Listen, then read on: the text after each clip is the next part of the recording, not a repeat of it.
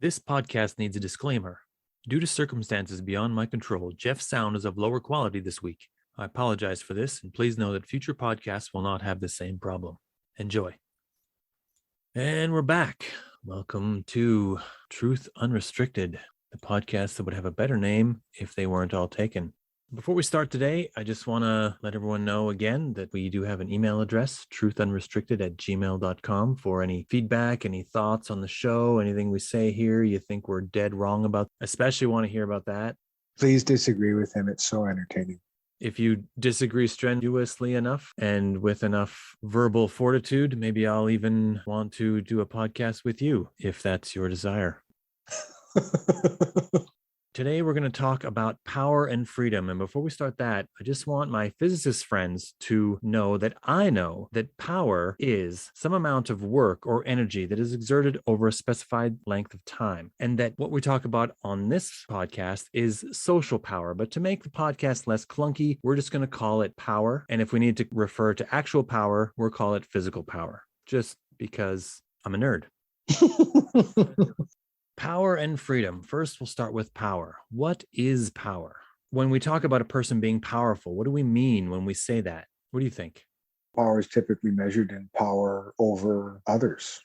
I define it officially in the dictionary of Spencer as the ability to influence the decisions of other people. So we typically think of the rich people among us as being powerful. It's not necessarily true. Famous people are probably, in some cases, more powerful than rich people. They influence a lot of decisions, but they have to try to influence them. Sean Penn, as a famous person, has tried very hard to influence a great many decisions of individual people in the past 20 years, whereas Kim Kardashian hasn't really worked to change the minds of many people on a lot of stuff. Maybe a couple things here and there, but not all that many things. And she's arguably more popular, actually, than Sean Penn. So it's not a cut and dry thing. You're more famous, you're more powerful.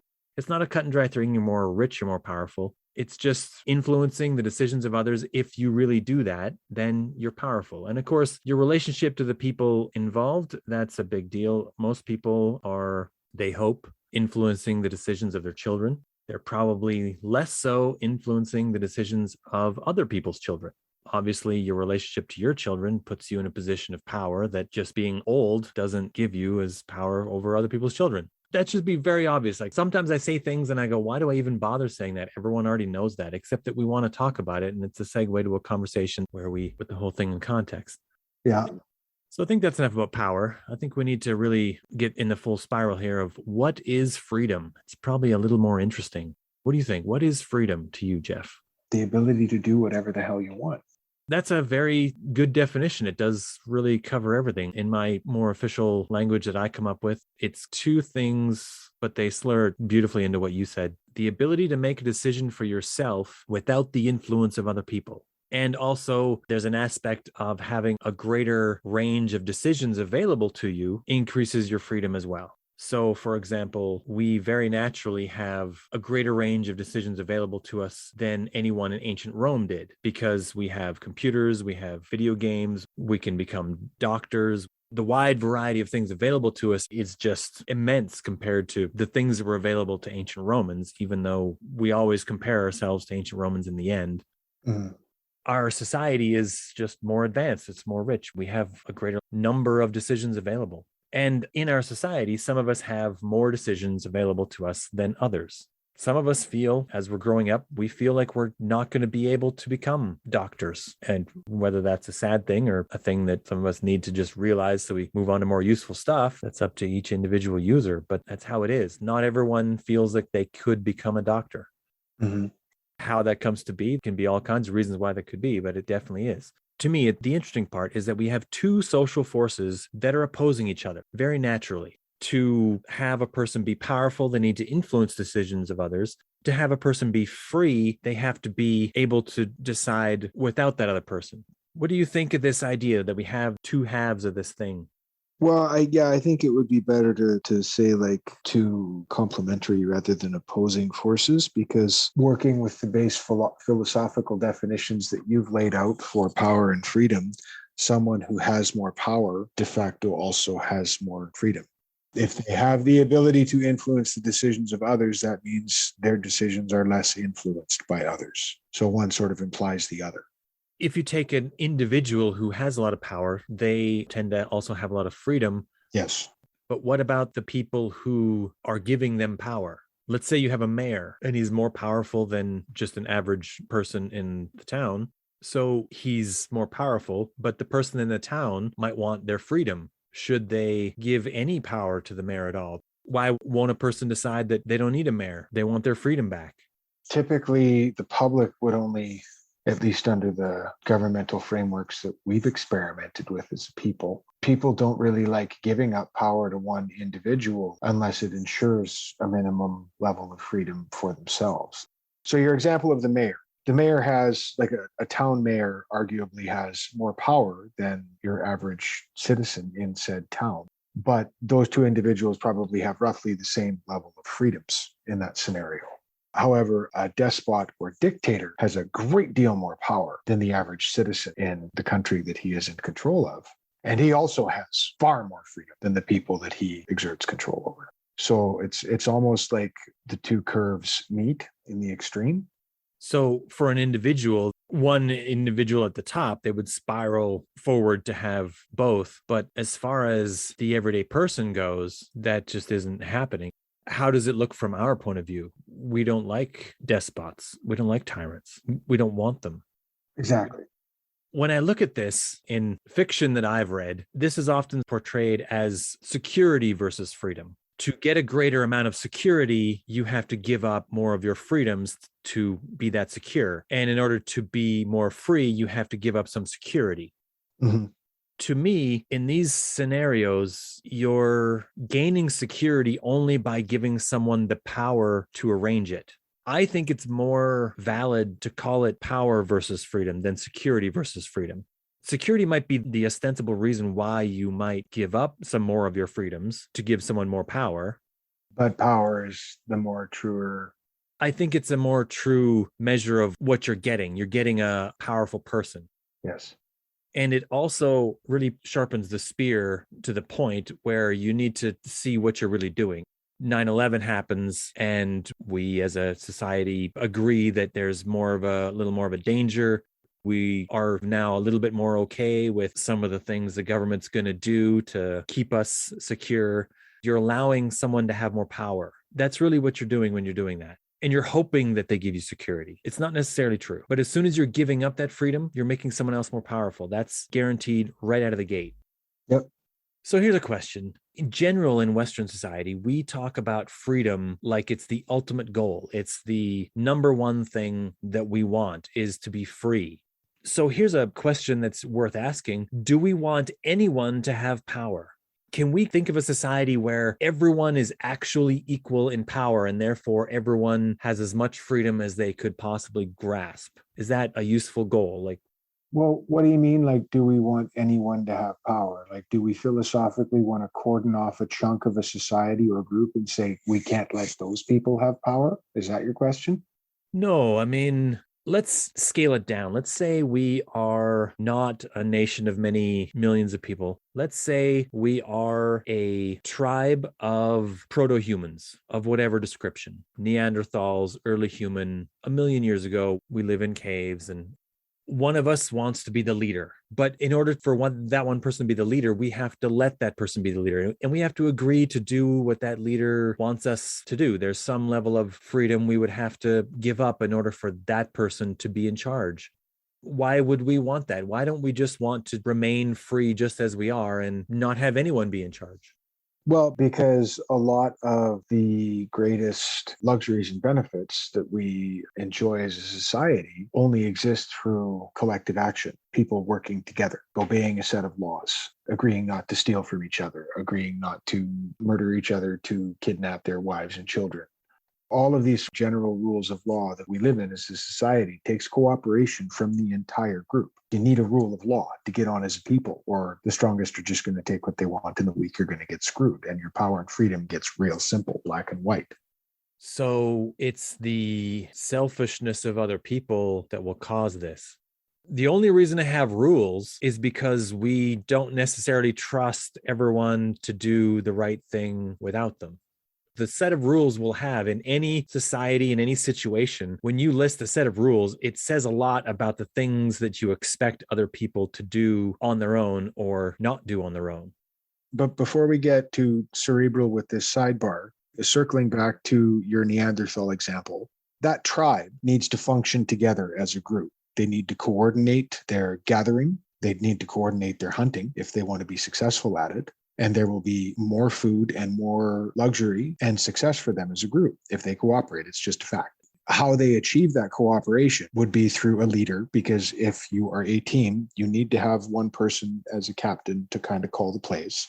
How that captain or chief or leader gets chosen would be a function of the disparity of power and freedom. One way they could take it would be by proving that they're the smartest and most effective leader in the room and the best capable of coordinating tribal efforts, and everyone lives well and is well fed and fat and happy. And so that person stays in charge because everyone's happy.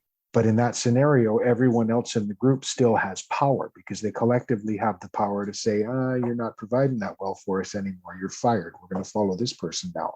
That's an example of democratic power. The other way for the one person to take power would be to just be the biggest, baddest mother effer on the block and beat the second most powerful person to death, and then threaten to do that again to anyone else who crosses them and demand what they want from the rest of the group. In that example, the individual has far more power and also far more freedom than the rest of the group.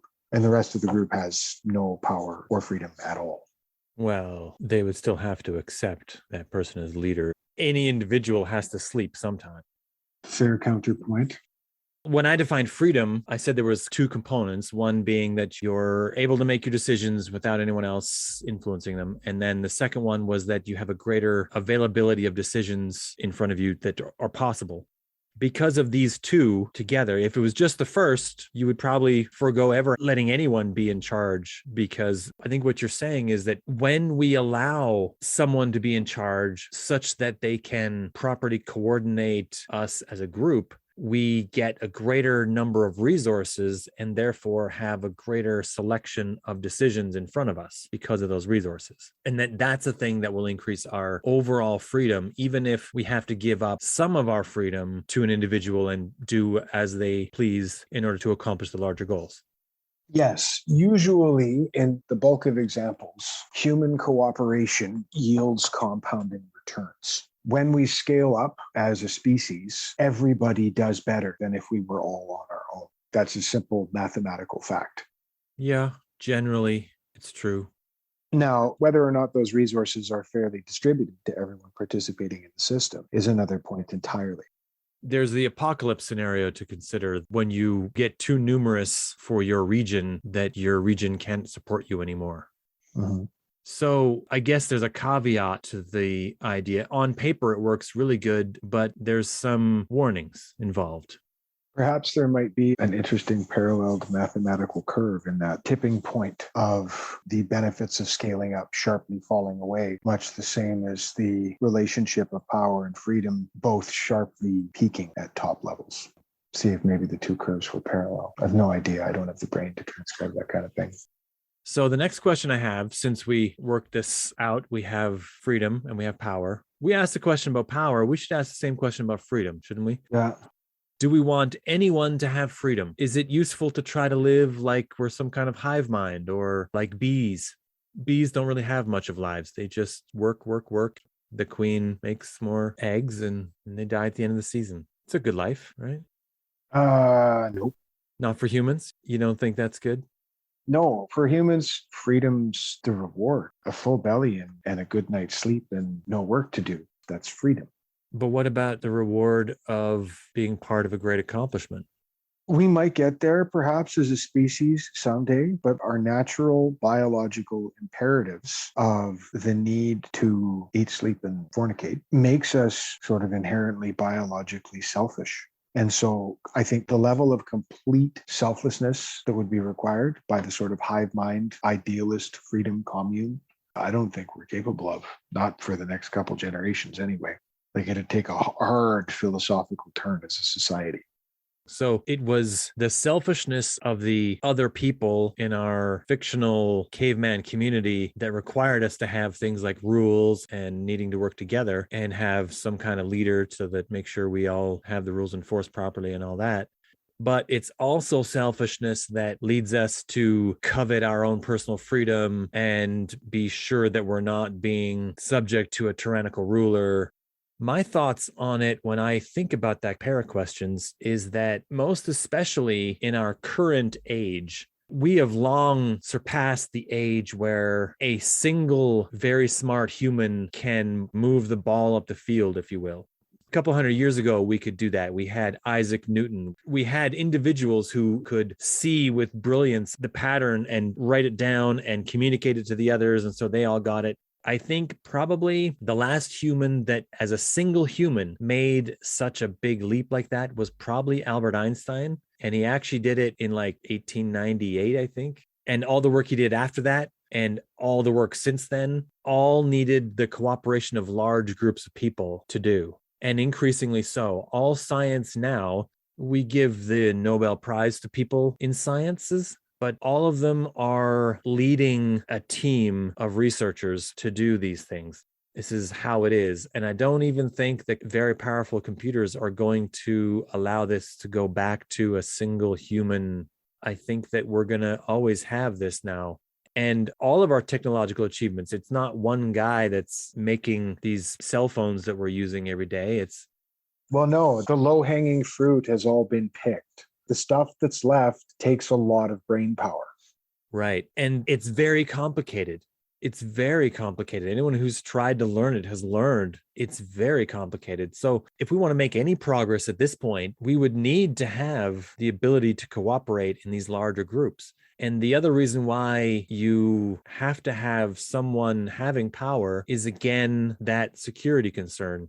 If we all got together and tried to live as the hilariously put autonomous collective from Monty Python, some other group that's outside of us would put themselves together and cooperate. And however they picked a leader, whether it was one large bully or they democratically elected them, if they were cooperating, they would have an advantage over us. And they would either overwhelm us by force or they would just outcompete us for resources. That's the two ways that it happens in the wild, and it's the same thing among different groups of humans that make any kind of contact with each other. But I think that also makes a point to what you were talking about before. The sharpened need for cooperation as a society, as a people, as a species, isn't just limited to the realm of science and scientific theory.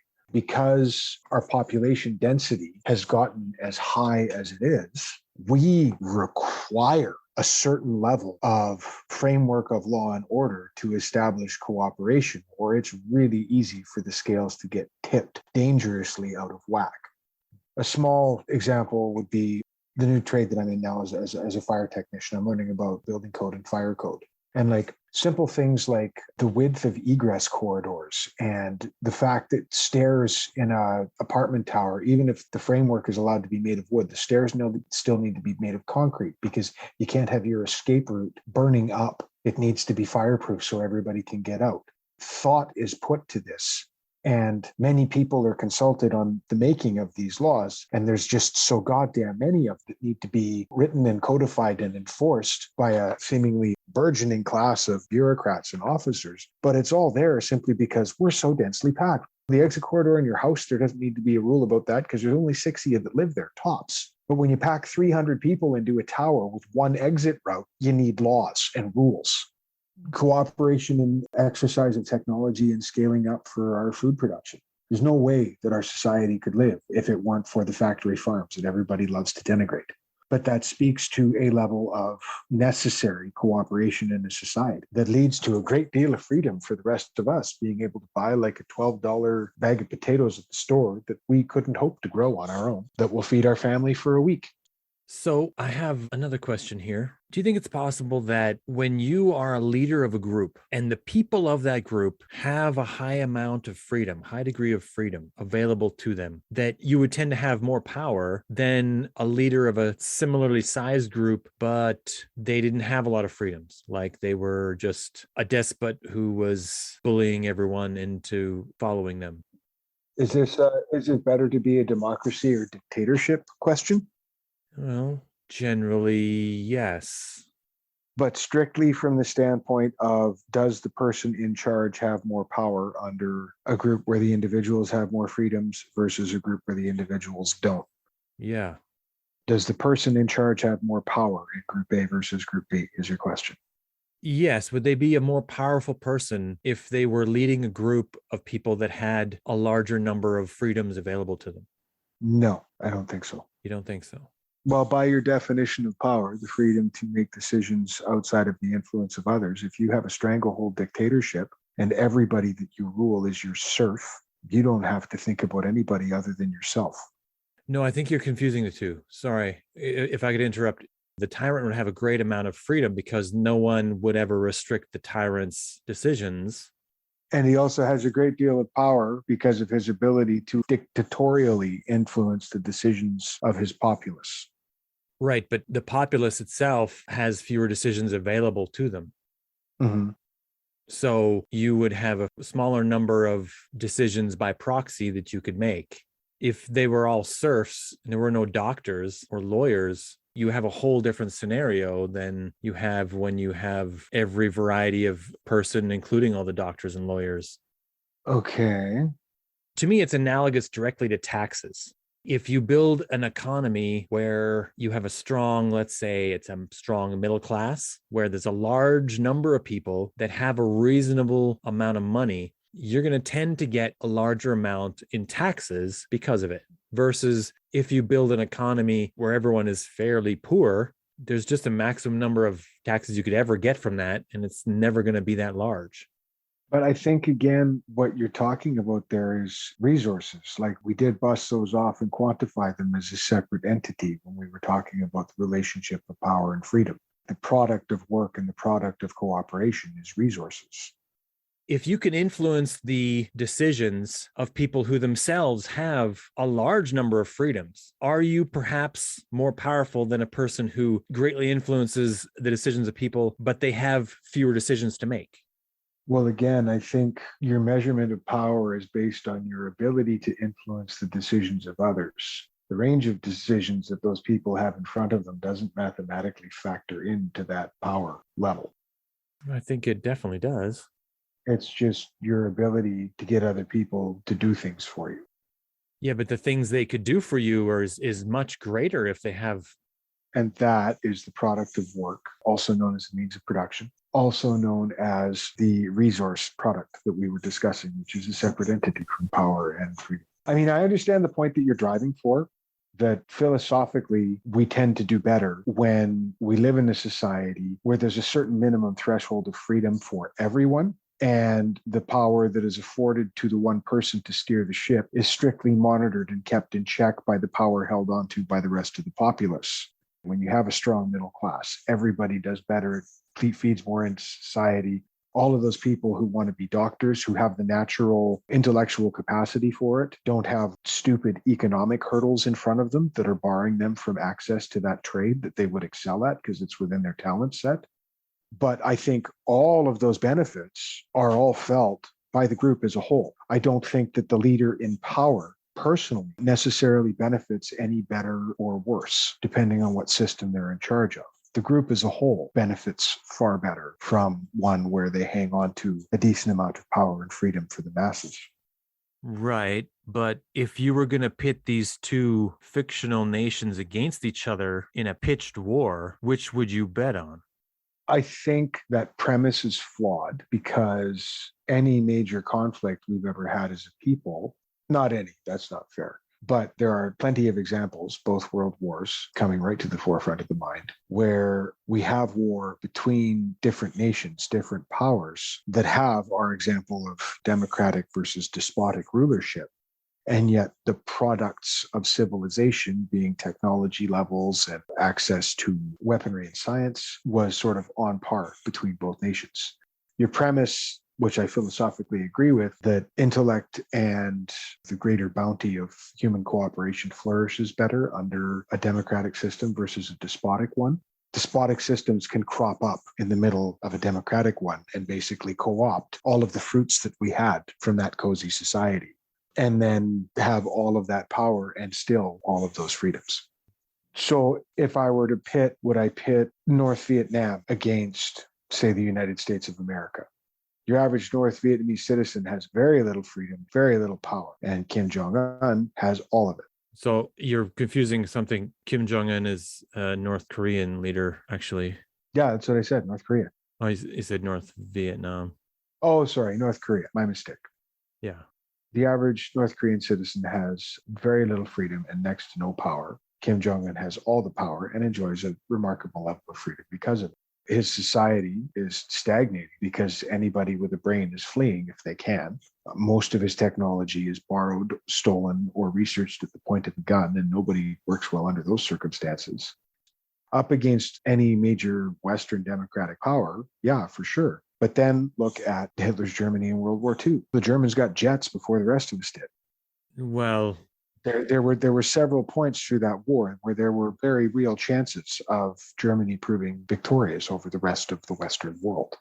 I think that the example of North Korea is much more apt to the question because they've been under a despotic ruler for several generations now, versus Germany, that was a fully enlightened nation, potentially the nation with the greatest level of education in the world at that point, arguably, but possibly actually true. And then they got co-opted as a tyrannical, despotic thing. And it didn't have that much time between it being an enlightened nation and being despotic. But in North Korea, you have a situation where you have a despot who's been in charge for a very long time now, or him and his family have been in charge for a very long time. And I think it's a very apt scenario. If you took away the nuclear question in the conflict with North Korea, and then you just had them as North Korea versus South Korea, because you have in South Korea, you have a nation that is a much greater degree of freedom. I'm not sure how you would pick that. It's an interesting question. It's one that tickles my brain. We look at Kim Jong-un as the more powerful leader, I think, but we don't ever hear about the leader of South Korea. They're not consequential in our lives. We're not opposed to South Korea. We're not potentially worried about military conflict with South Korea. It's a friendly nation to us. They probably also don't know who the Canadian Prime Minister is. Canada is probably just as consequential to South Korea as South Korea is to Canada. We only hear about Kim Jong-un because of the negatives, because he's a guy that's making all this noise. He's rattling the chain right now. In my mind, he's only a powerful person because he has nuclear weapons. If he didn't have those, all the saber rattling in the world wouldn't matter at that point. Maybe it's a choice made more from optimism, but I personally think that when a person is free and you try to take that freedom from them, they will fight much harder than a person who is under a tyrant and then they go to war. And even if they lose, they'll just be under another tyrant. Their heart just isn't going to be in it. And I think that's a huge edge in these things. But yeah, I think that when you try to take freedom away from a people who feel a high degree of freedom, that's when they really rise up. And I think that isn't true with people who are subjugated. Yeah. Before we end this, as I was kind of doing some reading on the subject, I ran across this strange word. It's not a strange word in that we never use it, but to me, when I really looked at it, it's a strange word. It's the word autocracy. Now, our current definition of autocracy is rule by a single individual. It would be like a tyrant or a despot. That would be an autocracy. Yeah. But the actual etymological definition is self-rule. When you break the word down to its Latin roots, that's what it really means. Auto is self. Self-rule. We translate it as soul rule. So what we see as autocracy is really anarchy? Freedom, oddly. So it's this odd word it's had its meaning almost completely flipped just because we use it differently. And I thought that was just so strange. That's neat. And it fit right here in this conversation. So I think we're done here. Sounds good, man. See you next time. Podcast over. Next time.